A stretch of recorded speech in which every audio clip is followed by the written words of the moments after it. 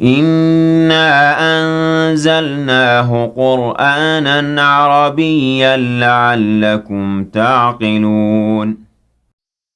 Assalamualaikum warahmatullahi wabarakatuh. Alhamdulillah, salatu wassalamu ala rasulillah. Allahumma salli ala Muhammad wa ala ali Muhammad. Ahlan wa sahlan wa marhaban bikum fi qanati Futuhiyatil Lughatil Arabiyyah.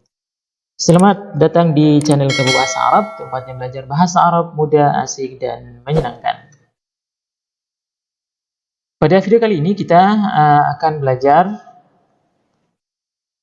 bahasa Arab ya. Jadi ketika kita belajar bahasa Arab, tentu ada beberapa hal yang harus kita ketahui. Nah, dalam belajar bahasa Arab kita akan jumpai dua pembahasan ya. Yang pertama adalah ilmu nahu, kemudian yang kedua adalah ilmu saraf. Nah, apa bedanya ilmu nahu dan ilmu saraf? Kalau ilmu nahu, ilmu yang mempelajari tentang perubahan harokat di akhir al-kalimah, di akhir kata. Jadi dia hanya membahas tentang harokat akhirnya saja. Itu namanya ilmu nahu. Contoh misalkan kata Muhammadun bisa berubah menjadi Muhammadun, Muhammadan, Muhammadin. Nah, perubahan ini baris yang berubah dari dhamma, kemudian fathah, kemudian kasrah, ini namanya dipelajari di dalam ilmu nahu. Kemudian yang kedua adalah ilmu saraf. Jadi ilmu saraf itu adalah ilmu yang mempelajari tentang perubahan bentuk kalimat, perubahan bentuk kata. Jadi dia membahas tentang struktur ya, perubahan kata. Sedangkan nahu adalah mempelajari tentang baris akhir sebuah kata. Contoh misalkan di sini kata doroba bisa berubah menjadi duriba, yadribu, doribun, madrubun, dorban, dorbatan. Nah, perubahan ini semua kita akan tahu di ilmu saraf ya. Kita akan tahu pembahasannya di ilmu saraf. Jadi, secara garis besar bahasa Arab itu hanya dua pembahasan besar ya. Pertama ilmu nahu dan ilmu saraf. Baik. Kemudian penyusunan narasi, ya, penyusunan kalimat dalam bahasa Arab itu dibagi menjadi 3 bagian. Yang pertama al-harfu, huruf. Kemudian al-kalimah, artinya kata. Jadi huruf yang menyusun al-kalimah, yang menyusun kata. Kemudian al-jumlatul mufidah, kalimat yang sempurna. Jadi kata adalah yang menyusun al-jumlah, yang menyusun kalimat. Nah, perhatikan di sini pertama al-harfu, huruf. Jadi dalam bahasa Arab huruf itu dibagi 2 bagian. Yang pertama adalah al-huruful hijaiyu, huruf hijaiyah. Yang kedua adalah huruf yang bermakna ya, huruful ma'ani. Jadi huruf hijaiyah seperti yang kita pahami ya, alif, ba, ta, tha, jim dan seterusnya sampai akhir. Itu namanya huruf hijaiyah. Sedangkan huruful ma'ani, huruf yang mempunyai makna, yang mempunyai arti, contoh diantaranya misalkan wa. Wa itu artinya dan, ya. Kemudian summa, kemudian fa, maka, ka, seperti, ba dengan ila, ke. Nah, jadi huruf itu ada 2 bagian ya, huruf hijaiyah yang kita hafalkan, alif, ba, ta, tha dan seterusnya. Kemudian yang kedua adalah huruf yang mempunyai arti, huruful ma'ani. Nah, berikutnya setelah huruf yaitu tentang kata ya, al-kalimah. Al-kalimah artinya kata.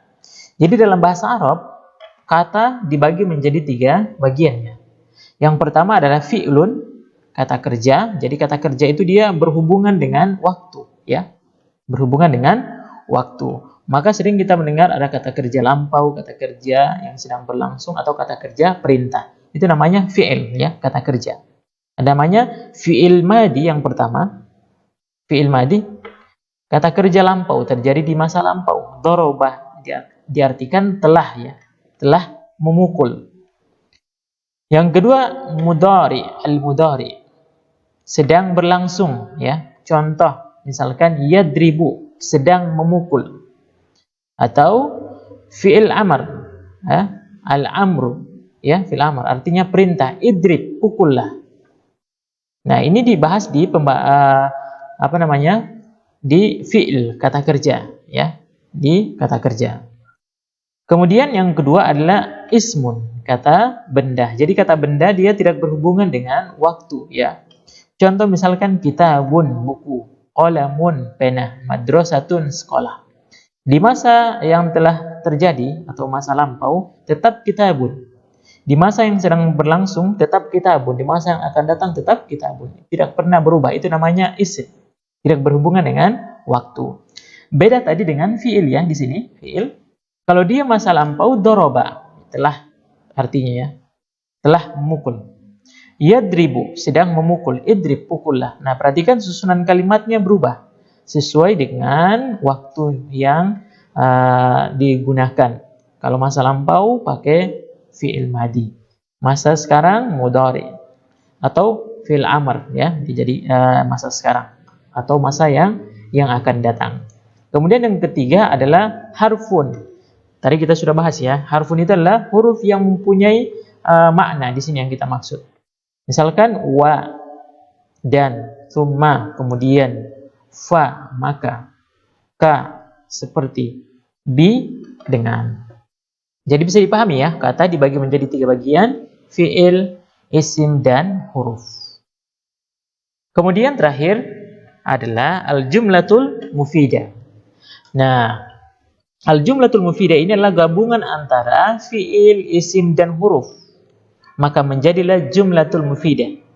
Jadi jumlatul mufidah kita artikan secara sederhana adalah kalimat yang sempurna, ya. Kalimat yang sempurna. Jumlatul mufidah. Contoh jumlatul mufidah misalkan di sini dzahaba Muhammadun ilas suqi.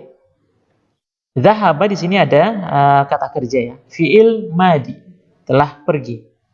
Muhammadun isim Muhammad ya. Ila huruf ke artinya. Kemudian suq pasar isim juga. Nah, ini sudah tersusun menjadi ada kata kerja, ada kata benda, dan ada huruf. Maka susunan kalimat ini kita bisa mengatakan al-jumlatul mufidah, kalimat yang sempurna. Jadi ini adalah gambaran umum ya. Gambaran umum belajar bahasa Arab ya, seperti ini. Baik, demikian ya video kita pada kesempatan kali ini. Mudah-mudahan dapat bermanfaat. Bagi yang ingin bertanya silahkan ditulis di kolom komentar. Sampai jumpa pada video berikutnya. Semoga bermanfaat. Assalamualaikum warahmatullahi wabarakatuh. إنا أنزلناه قرآنا عربيا لعلكم تعقلون